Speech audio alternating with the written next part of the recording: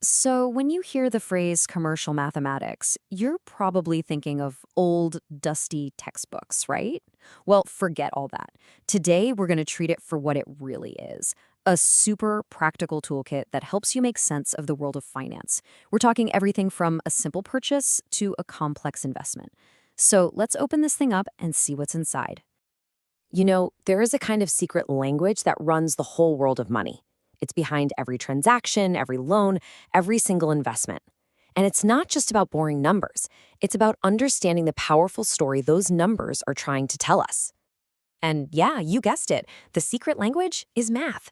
It's the quantitative language of business, finance, and trade. Honestly, learning to speak this language is what makes the difference between being confused by your money and being in complete control of it. So, how do we learn this language?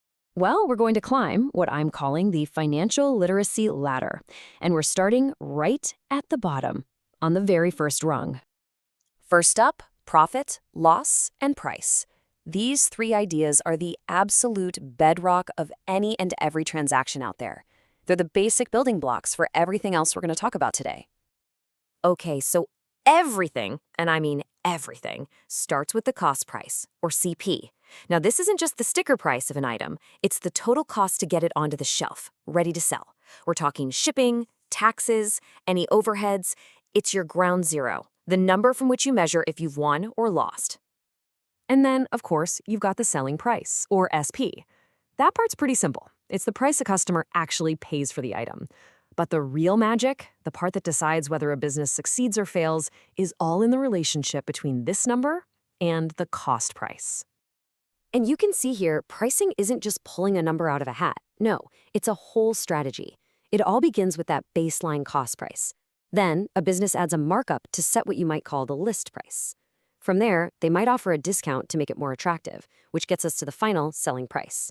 It's only after all that you can finally figure out the result. Was it a profit or was it a loss? All right, let's climb up to the next rung of the ladder. This is where we bring in the incredibly powerful element of time by talking about interest. And let me tell you, understanding the difference between simple and compound interest, it might just be one of the most important financial lessons you can ever learn. Just look at this chart. It says it all. Simple interest, that's the linear formula right here. It grows in a straight, predictable line. It's fine. But compound interest, with its exponential formula, that's a rocket ship. It creates that accelerating curve you see because you're not just earning interest on your initial money, you start earning interest on your interest. This idea right here, interest on interest, this is the secret sauce. It's the engine that powers pretty much every modern financial product, from your savings account to your retirement fund. Seriously, it is the single most powerful force for building wealth over time. Let's make this feel a little more real with some actual numbers. Check this out. A 1,000 rupee investment at 10% grows to about 2,600 rupees when it's compounded once a year. But watch what happens as we just increase the frequency. Compounding it monthly gets you over 2,700. That's literally free money just because the math was done more often. This chart just drives that point home. See that gap between the annual and monthly bars? It might not look like a huge deal right now, but imagine stretching that out over a 30-year career. The difference becomes absolutely massive. The takeaway here is simple. How often your money compounds matters a lot. Okay, now that we got the incredible power of compounding, let's apply it to the next rung on our ladder, annuities. Now, don't let the technical name scare you. An annuity is just a series of equal, regular payments. That's it. Think about a car loan, a mortgage, or your monthly investment into a retirement plan. Those are all annuities. You can really look at an annuity from two different angles. The first is present value. That's asking, what is a whole series of future payments worth to me right here, right now, today? That's exactly how banks figure out your loan amount. The other side is future value. That's asking the opposite. If I keep making these regular payments, what will they all be worth at some point down the road?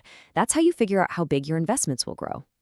So when you go to a bank and say, hey, I can afford this much per month for a loan, what they're doing is calculating its present value.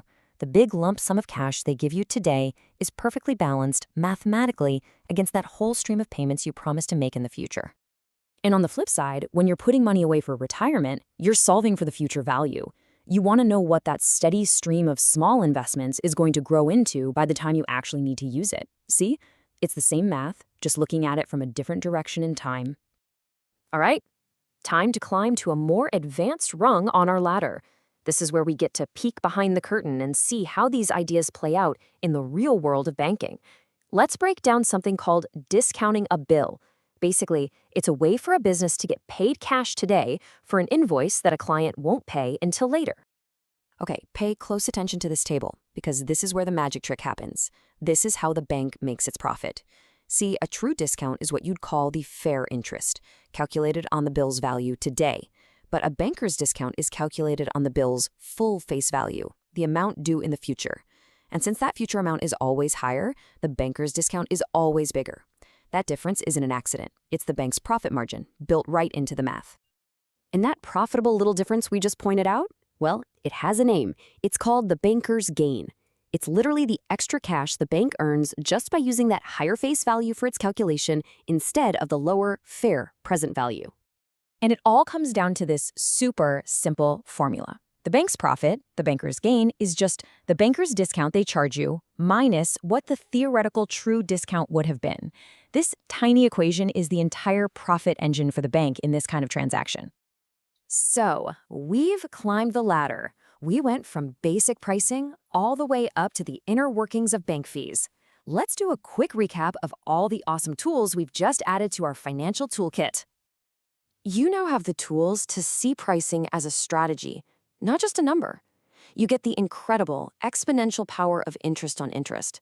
You know that a loan is just the present value of all your future payments, and your investment's growth is just its future value. You can even spot exactly how banks engineer their fees to create a banker's gain. So I'll just leave you with this one question. Now that you have the vocabulary, now that you can speak the language of money, what's the next financial decision you make, whether it's a loan, an investment, or even just a simple purchase, that you're going to look at with a completely new set of eyes?